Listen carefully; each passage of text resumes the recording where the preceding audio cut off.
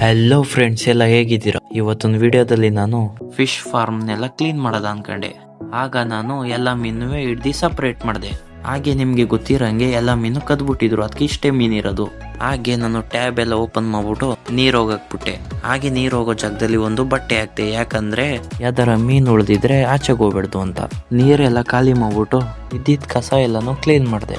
ಹಾಗೆ ಕಲ್ಗಳನ್ನೆಲ್ಲ ಸಪ್ರೇಟ್ ಮಾಡಿದೆ. ಎಲ್ಲ ಕ್ಲೀನ್ ಆದ್ಮೇಲೆ ಹಾಗೆ ಕಾಲಲ್ಲಿ ಎಲ್ಲ ಕೊಳೆನೂ ತೊಳೆದೆ.